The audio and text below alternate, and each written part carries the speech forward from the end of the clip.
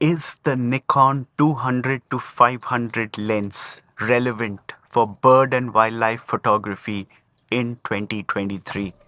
The short answer is yes.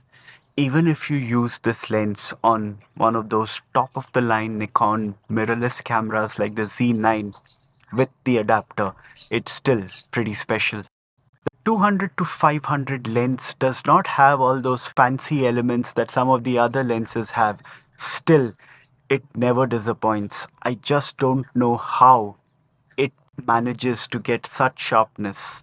The vibration reduction on this lens is superb, and I can click sharp pictures of birds at 500 millimeters, even at 1/60th of a second.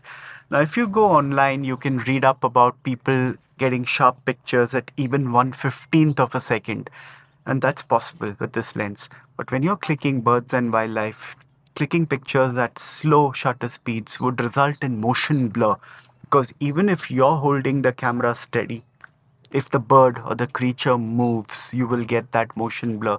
So when in extreme low light, if the subject is perched and you're trying to get a portrait of a bird or an animal, you can still attempt to do it handheld at 1/60th of a second. There are other third-party lenses made for for Nikon cameras.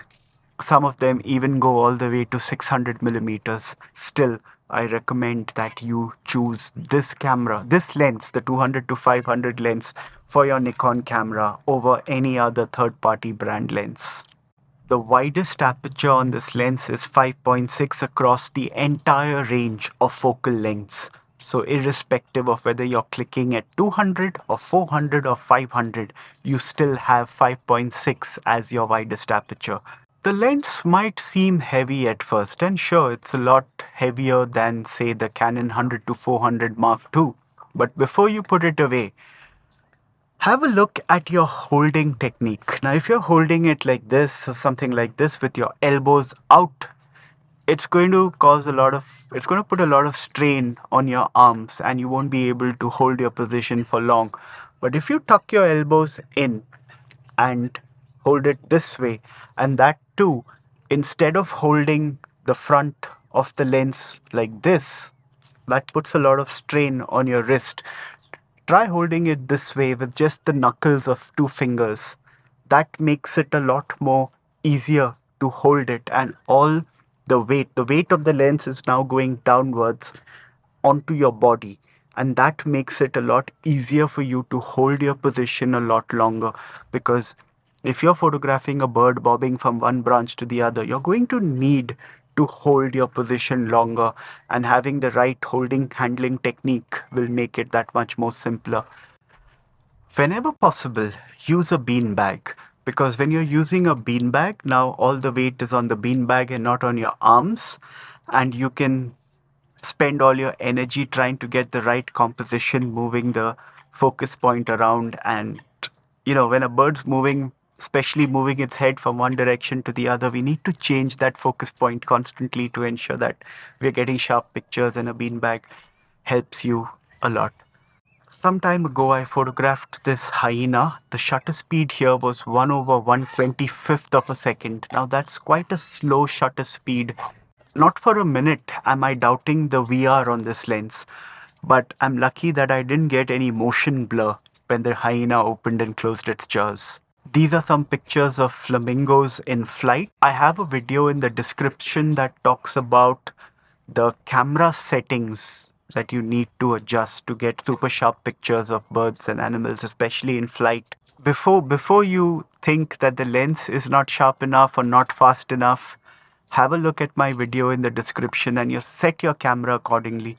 One of the most important settings is the focus tracking, and I can set that to delayed. When I set my focus tracking to delayed, when once the camera latches focus onto the head of this flamingo, it's going to hold on to that focus even if another flamingo comes in the way, or if it momentarily leaves my focus point, it's going to latch on to that focus longer. It's not just about the VR on the lens and the modes, but it's also about the camera settings to ensure that you get super sharp pictures with this lens. The Nikon 200 to 500 is built reasonably well. It has basic weather sealing, but I managed to get dust into mine. I believe I used this lens for a year without any filter on it, and someone suggested that it's probably because I used it without a filter that all this dust accumulated inside. If you are going to use a filter, make sure you use a very good filter, like the Nikon neutral color filter. Now that filter costs about one tenth once yeah, it costs about one tenth the price of the lens, but it's worth it because if you use an ordinary filter, you're going to it's going to degrade your images and you're not going to get the full value of this lens. So make sure you have a real good quality UV filter or neutral color filter on it.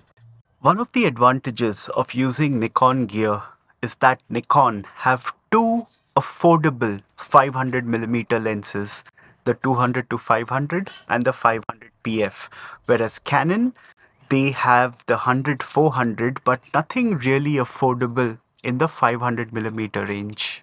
So now you know more about the Nikon 200 to 500 5.6 lens and why it's still one of the best lenses that you can lay your hands on for bird and wildlife photography. I'm Girish Menon. If you'd like to master the art and science of bird and wildlife photography, the great news is that you can learn from me over live video calls sitting anywhere in the world. Please have a look at my website www.girishmenon.com. It's in the description and you'll come to know about the various courses that I offer. I look forward to hearing from you soon.